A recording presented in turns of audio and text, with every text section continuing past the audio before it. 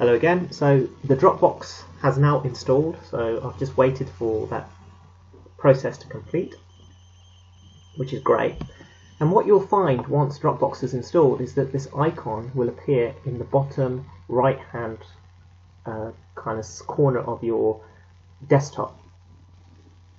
And what you'll find is that you'll have a whole host of options up here. Now, as you can see, I've already got Dropbox on my computer, and there's some files that are already on my Dropbox.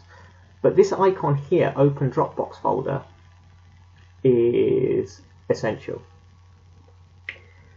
Now, there's a couple of things that will have to happen before you can access the files which are related to Dropbox.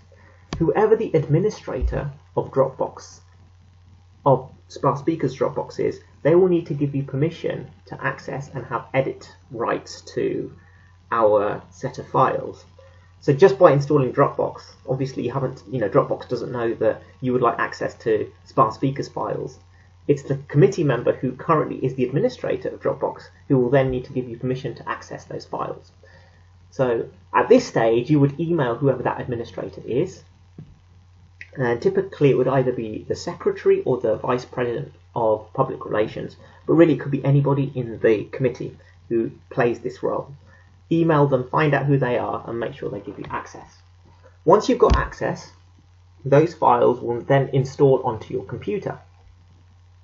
And this is the file structure that you'll find. So obviously here's some of my own personal files, but here is Toastmasters Committee Resources.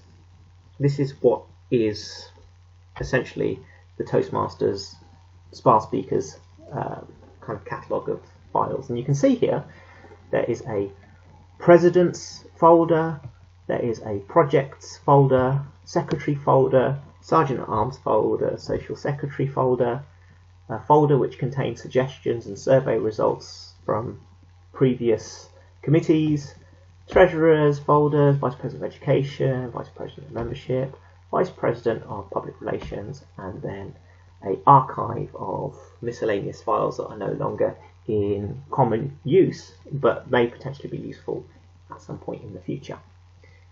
So whichever role that you're playing, so let's say for example you're the Vice President of Education, you would go in there and everything related to that role which has been saved by previous committees will be there, and any files that you create as Vice President of Education should be stored in this folder. So that that information, that knowledge, those procedures, whatever it is that you do in that role, they can then be passed on to the next committee.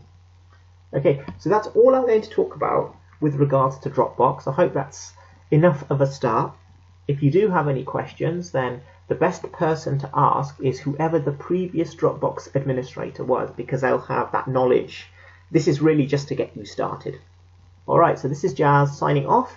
I hope that was useful, and I'll see you later.